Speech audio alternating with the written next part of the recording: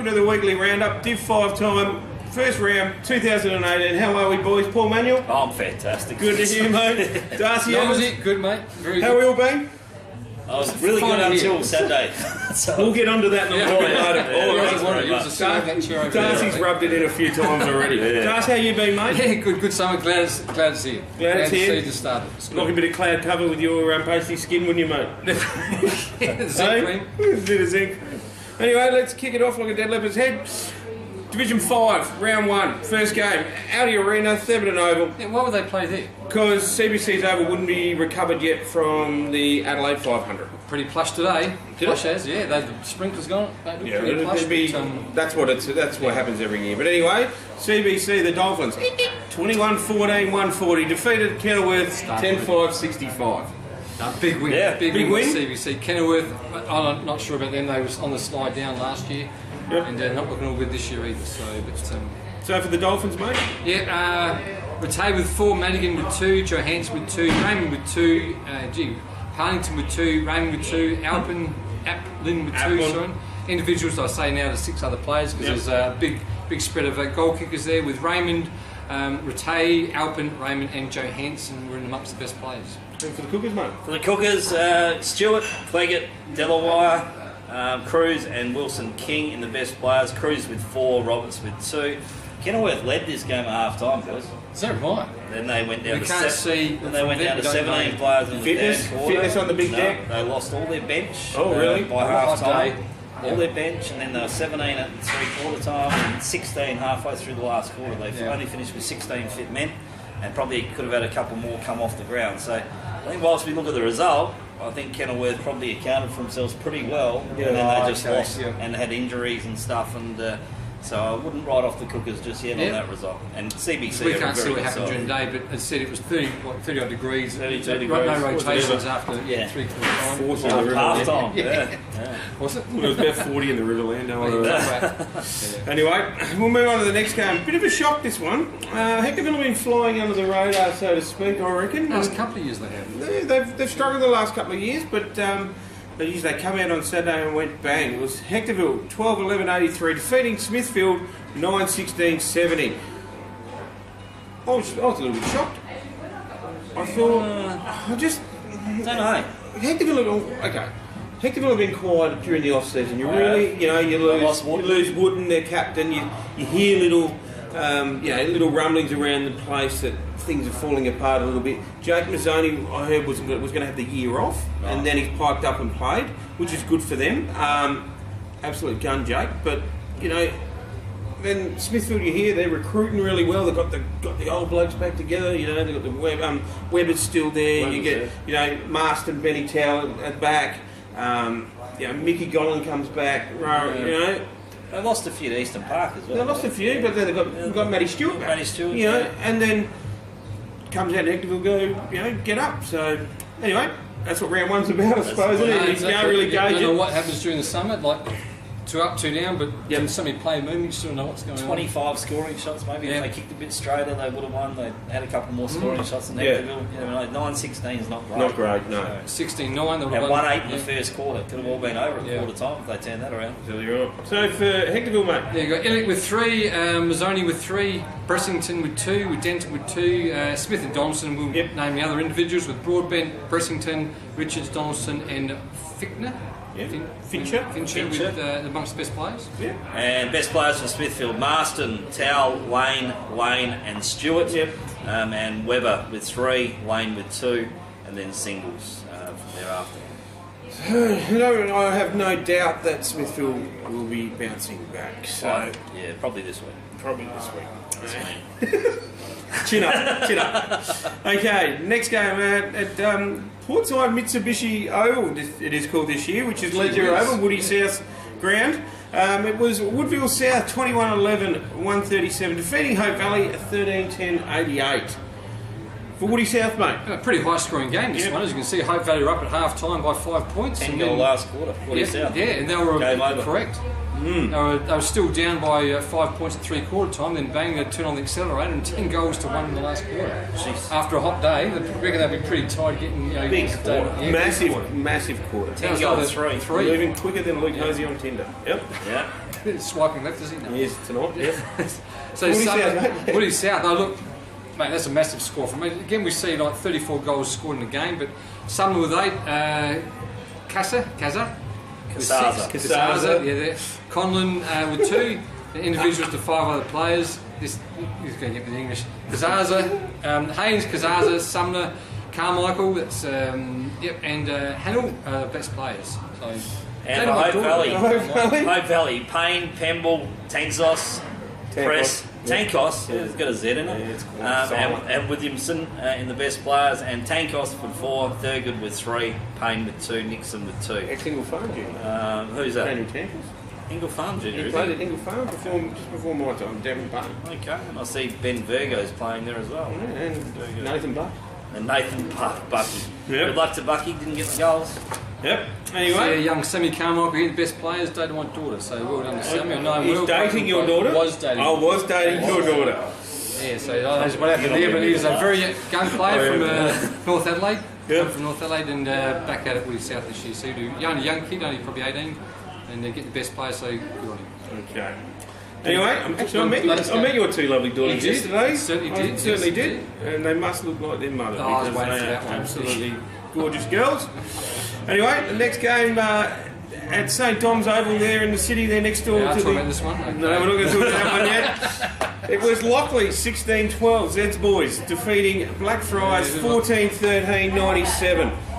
By all accounts, I talked to Zed a fair bit. Absolute ripper of a game, very tight all day. Lockleys lost a few with injuries during the day. Lockleys did? Yeah, and I think they had one on the bench for the second half. So, just to clarify, Zed is Zwecky. It's Zwecky, Stephen, the great man, Stephen Zweck. Yeah. Yes, so it's always a close game between these two sides. Not much separates them every time they play. It's always good football. So for Blacks, mate. Okay, we've got Scafidi Muta with 7 goals, Pierce with 2, Horser with 2, and individuals to 4 other players there with Scafidi Muta, obviously with 7 goals, was best player. Mattiazzo. Well done, Harmer, I learnt this. I was studying up last night for 5 hours. So, and now they've got Delamalva and Griggy amongst the best players. Well done. And for Lockleys, Peyton with 5, Chad Spur with 3, Russo with 2, Narcissus with 2, and then singles to Woolston, Bryant, Stormont and Martinello. Yep. And best players, Crowell, Langcake, Jakey Williams, Rosewater to Lockleys, DeTulio and Peyton. Who's the big fella up forward? Aaron Harvey. Back this week, mate. Back this week. I thought he would have brought it back for round 4. That would have been handy. Tweaked a hammy he did in a trial game. Yeah. And Patton normally plays off half back, or he did a couple of years ago. Yeah, he still does. Yep. Kick 5 off half back. Kick 5 off half back on Patton. And Chad Spear's a handy player. Tell you what, you wouldn't mind Jakey Williams to Company Club as a 0-pointer too, would you? No, it's not bad, is it? So, good result though. You know, close game. Lockleys got the chocolates in the end, and very close game. And Zwecky got over Granger. He got over Granger, yes. So anyway, the last game. That's it for Div 5. Okay, the last game of round 1. Oh, do we have to? Yeah, sorry, mate. Sorry, mate. It was out at Rowe Park. It was Pulteney. There was a replay of last year's Div 6 granny, and it was Pulteney 25-18, 168, defeating the Bulldogs, the Farmers 1-7-13. Yeah. Bad kicking's bad footy, boys. 1-7. If we kicked straight, we would have lost by 21. So it would have been a lot better. Would have been a lot better. All seriousness, they're just too good. They're just way too good. They are a 10 to 15 goal better side than last year. Yep. They've got some really good recruits, and they've retained most of their side. Except Cook has gone to Lockleys. But Langford, first time I'd seen him, he's just a man mountain. He is 6'6", 110 kilo, moves well. Kicked 9 3/4. 9 3/4. Then they rested him. So I can't see too many fullbacks in Div 5 matching up on him. Be interesting to see how they go in the winter because they're quite tall and quite big. So we'll just see how they manage that. They've got plenty of talent in the twos as well.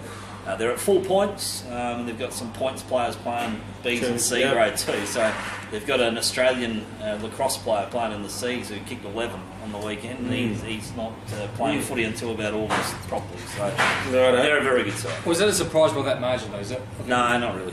It wasn't. You've lost a few. At the end of the day, we're probably a 10-goal worse side with what we put out on Saturday. Like we had a few guys not available on Saturday. I think we had 5 out who are first line players. So we bring 5 players in that helps us. There's 5 guys who made their debut. There were 7 in total, but 5 who have been playing B grade at my time at the club. They haven't played an A grade game in 3 years at my time, and we had to play them in the A's. They acquitted themselves quite well. They're just not at that level. They're just not at the Pulteney level. And they beat us by 7 or 8 goals in the grand final last year. That's probably about where both clubs were at last year. Yep. We've gone backwards 10 goals. They've gone forwards 10 to 15, and that's really where the difference is. So will that be a top 3? No, they'll be number 1. Number I'll one, put it down. Gotcha. I'll put it right here, right now. Yeah, first they will You've win heard it. They will win it. Straight on it. First on SA football team. I haven't played obviously CBC or Blackfriars or Lockleys yet. But I coached in Div 4 and 5, a couple of years ago. This is the best Div 5 side I've ever seen. Ever seen. By a mile. And that includes the Lockleys and the Smithfields back at, a few years ago who won the thing and played in the grand final. They were very good. These would have beaten easy. There you go. Very good. So for Ingle Farm, Darcy. Yeah, we'll just die. Was he full forward, was he? Or Played the pocket, young Ryan, And then we got the best player. You want to go through like Wheaton? How was he? Like the Wheaton. Michael Wheaton, we recruited from Greenacres. He was captain of Greenacres last year. Played under me a few years ago. He, really welcome addition to us. He was a sole hand in the midfield though. Dobbs is a young lad who plays on the wing. Tackles really well. Jackie Delchar, he's the new guy who's played in the B grade last few years. Hayden Burtz normally plays B's. Came up and had a crack. And Popey is a regular for Ingle Farm. For Pulteney, mate? For Pulteney, Langford obviously was sensational with 9. Pollack with 6. Fisher with 3. Hoppo Luckett with 2. Linder with 2 as well. Fisher was sensational across the midfield on the weekend. Hoppo Luckett played wing and in the midfield as well. Langford up forward in their best players. Curry played off half back. And Pollack was on ball, kicked 6 on ball, so he's a real good find. Pollack in relation to... Yeah, he's Jared. That's Jared's brother. Daniel's he's a massive unit. Yeah, he is. He's a big boy. He doesn't play like Dan, like Jared, though. Okay. No, he's solid. He's more like Rockcliffe, and he can kick both feet, unlike Jared. So I know one made AFL, one didn't. But anyway, there you go. Okay, let's move on to this week's games. We'll try and stem the blood flow, mate. Good, thank you. Lockleys Oval, Lockleys v Hope Valley. I'm spewing. I really wanted to go to this game. Well, I did, but I can't. I'll be at Albion, mate. Albion, I'm going for Lockleys. At Lockleys, I think they're setting the scene already as well with the good win last week. Lockleys for Lockleys. Me. Yep. Smithfield and Ingle Farm out at Smithfield Oval. I'm going to say Ingle Farm, aren't I? We're looking to bounce back, and we get a few additions in this week. We get a number of players back, and hopefully we're going to put ourselves a little bit better than last week. But I think we played the best side last week, so hopefully it's on the upside. I reckon Smithfield by a couple of goals. Smithfield out there. Yep. Kenilworth and Blackfriars at St Mary's Park. I think I'm for Blackfriars. Blackfriars for me. Blackfriars for me as well. Woody South and Hectorville. Ledger Oval. Woody South again, they're at home again. I think Woody South for me. Woody South for me. And I reckon match of the round this week is absolutely. Pulteney v CBC at Morgan Oval in the city. They neither have to travel far. No, just down the road. Just down the road from each other. Pulteney. After what you said, mate. I think so. Pulteney. I think Pulteney, and I'll be interested to see the margin if they do get it. There you go. All right, that's been Division 5 for round 1 this year. Thanks for watching.